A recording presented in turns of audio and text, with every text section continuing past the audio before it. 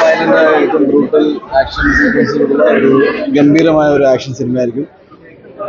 ഞാൻ ഇങ്ങനെ പറയാൻ പാടുമോ എനിക്കറിയില്ല, പക്ഷെ മലയാള സിനിമയുടെ ആക്ഷൻ്റെ ട്രാജക്ടറി പൂർണ്ണമായിട്ട് മാറ്റി. മലയാള സിനിമയിൽ ഇത്തരം ഒരു ആക്ഷൻ സിനിമ ഉണ്ടാവുമോ എന്നൊരു ചിന്ത ഉണ്ടെങ്കിൽ അത് പൂർണ്ണമായിട്ട് മാറ്റിമറിക്കാൻ പോകുന്ന സിനിമയായിരിക്കും മാർക്കു. അത് വളരെ കോൺഫിഡൻ്റ് ആയിട്ട് പറയാണ്.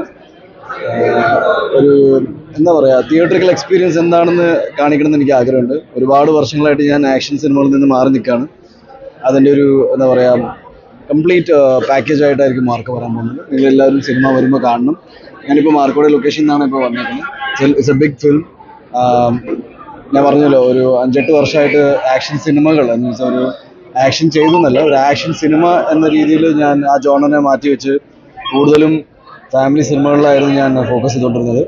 എൻ്റെ ഒരു സിനിമ കൂടി വരാൻ ബാക്കിയുണ്ട്, ഗെറ്റ്സ് എ ബേബി. അതിൻ്റെ ഫോളോ അപ്പ് ആയിട്ട് വരാൻ പോകുന്ന സിനിമ ആയിരിക്കും മാർക്കോ.